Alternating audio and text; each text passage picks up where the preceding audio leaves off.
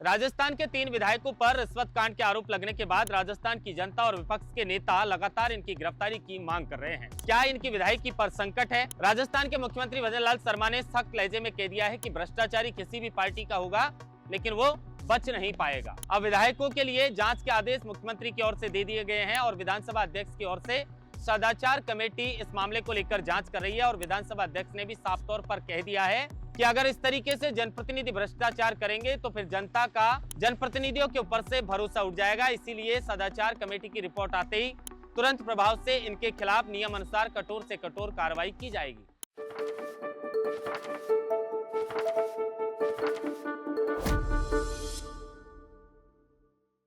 लेकिन सवाल यही है कि कठोर से कठोर कार्रवाई में क्या कार्रवाई इन विधायकों के ऊपर हो सकती है। दैनिक भास्कर ने पहले दिन इन तीनों विधायकों के ऊपर आरोप जो लगाए, जिसका वीडियो भी वायरल हुआ। उसके बाद दूसरे दिन इनके द्वारा लेटर जो दिया गया था उसको लेकर डीईओ और सीबीओ के पास पहुंचे। सरकार ने तुरंत एक्शन लेते हुए दोनों सीबीओ को निलंबित कर दिया। अब जनता ये भी सवाल पूछ रही है कि क्या नेताओं के लिए और अधिकारियों के लिए कानून अलग अलग है क्या?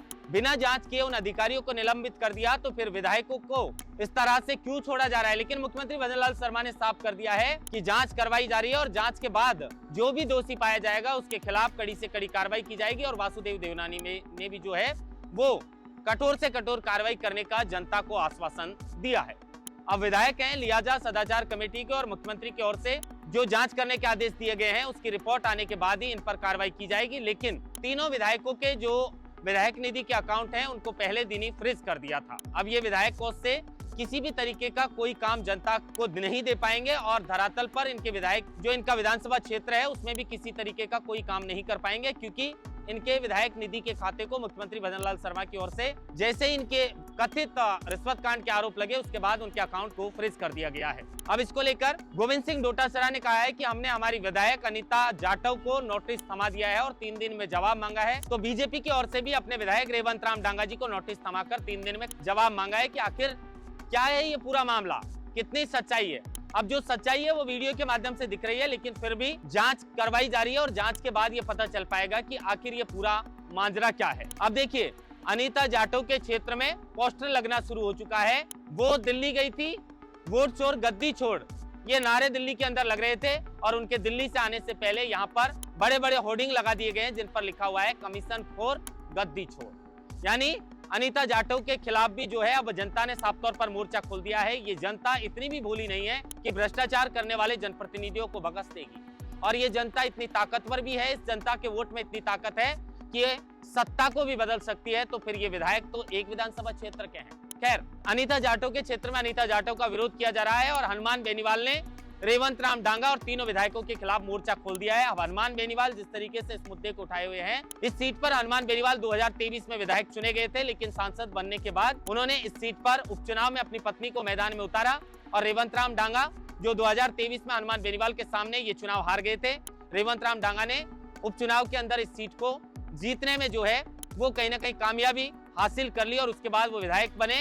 नए नवेले ये तीनों विधायक थे और अब जिस तरीके से आरोप लग रहे हैं कि भास्कर के एक रिपोर्टर के जाल में ये फंस चुके हैं और इससे ये बात का अंदाजा भी हम लगा सकते हैं कि किस तरीके से जनप्रतिनिधि हमारे जनता के लिए जो पैसे आते हैं उसमें रिश्वत लेते हैं, किस तरीके से भ्रष्टाचार फैलाते हैं। वासुदेव देवनानी और मुख्यमंत्री भजनलाल शर्मा ने जिस तरीके से सख्त लहजे में जांच के आदेश दिए हैं और ये कहा है कि भ्रष्टाचारी बच नहीं पाएंगे, उम्मीद राजस्थान की जनता ये लगा रही है कि अगर इनके ऊपर जो आरोप लगाए हैं अगर वो आरोप जांच में सच साबित होते हैं तो फिर इनकी विधायकी पर भी संकट मंडरा सकता है।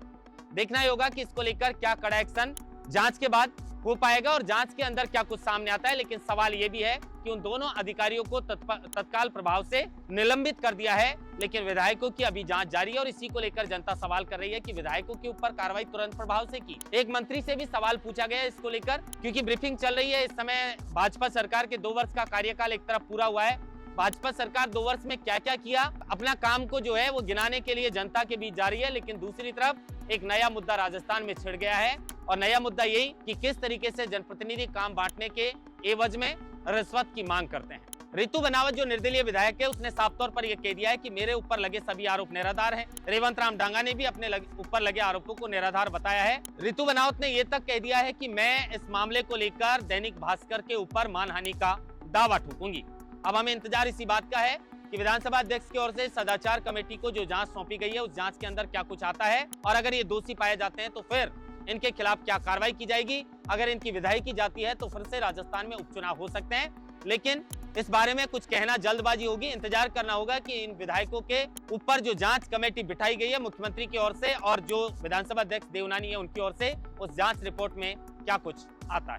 महेंद्र मास्टर, लोकमत हिंदी, जयपुर।